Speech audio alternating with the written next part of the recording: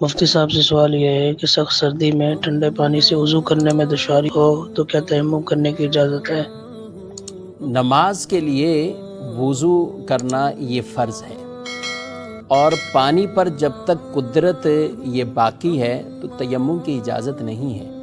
جس طرح عام حالت میں وضو کر کے نماز پڑھتے ہیں، اور اگر غسل کرنا فرض ہو گیا ہو تو غسل کر کے نماز پڑھتے ہیں، اسی طرح سردی کے اندر بھی یہی حکم ہے کہ اگر غسل فرض ہے تو غسل کریں، اور اگر غسل نہیں، عام حالت ہے، بے وضو ہیں، تو وضو کر کے نماز پڑھنا یہ فرض ہے۔ اب اس میں کوئی فرق نہیں پڑے گا اس طور پر کہ یہاں سردی ہے یا پانی ٹھنڈا ہے، صرف اسی وجہ سے کہ سردی ہے، ٹھنڈے پانی سے کیسے وضو کریں اور کہیں کہ تیمم کر لیں، اس کی ہرگز اجازت نہیں ہے۔ ہاں البتہ اگر کسی کو ٹھنڈا پانی تکلیف دیتا ہے تو بھئی گرم کیجئے۔ گرم پانی کے بھی تو اسباب، یہ سب چیزیں ہمارے ہاں عام طور پہ موجود ہوتے ہیں۔ ٹھیک ہے، کوئی جگہ ایسی خاص ہو سکتی ہے کہ گرم پانی کا وہ کوئی ذریعہ ہی نہیں ہے، پانی بالکل ایسا ٹھنڈا ہے، اور پھر اس کی بھی کئی صورتیں فقہاء اعظام نے لکھی ہیں کہ وہ ٹھنڈا پانی ایسا نہیں کہ یک ٹھنڈا پانی استعمال کرتے ہی آدمی کو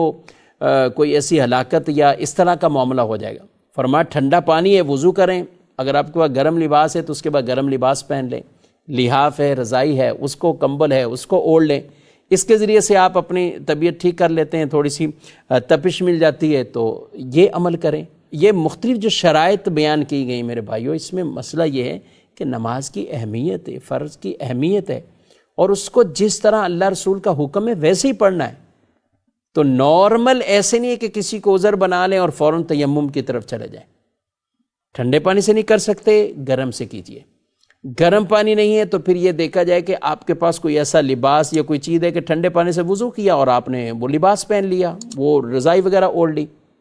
چولہا ہے، گھر میں کوئی ہیٹر ہے، تو جس کے ذریعے تپش لے کر آدمی اپنا وہ جو بھی ٹھنڈ پہنچی ہے اس کو بالکل جو ہے وہ نارمل کر سکتا ہے۔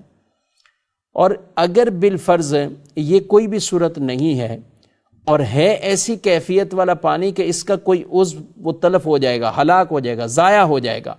شدید سخت بیمار ہو جائے گا، یا بیمار ہے تو بیماری کے اندر مزید اضافہ ہو جائے گا، یہ ایسی چیزیں ہوتی کہ جن کی وجہ سے پانی استعمال کرنے پر اس کو گویا کہ قدرت نہیں ہے، اب وہ تیمم کا آپشن اس کے لیے آتا ہے۔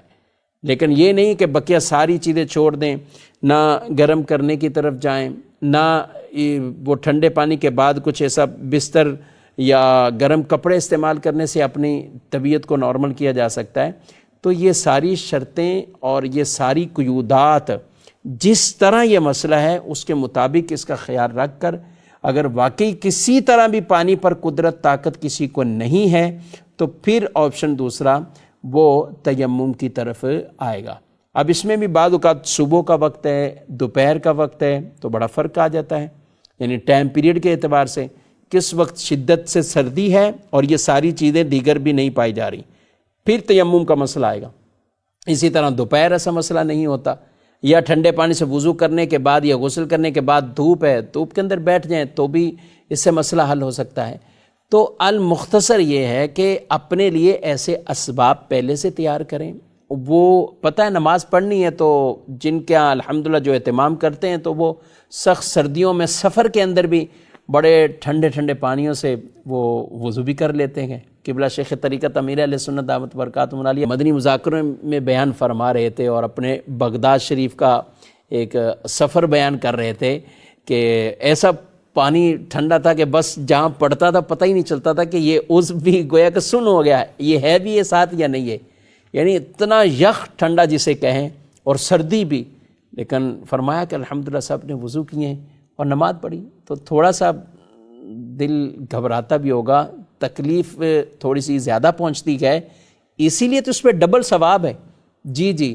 جب وضو کرنا انسان کے لیے تکلیف دہ بن جاتا ہے اور پھر بھی وہ پورا کامل وضو کرتا ہے، اس کو دگنا اللہ اجر عطا فرماتا ہے۔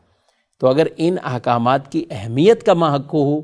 وہ دل دماغ میں بیٹھی ہوئی ہوگی، تو پھر انشاءاللہ یہ تکلیفیں بھی آدمی برداشت کر لے گا۔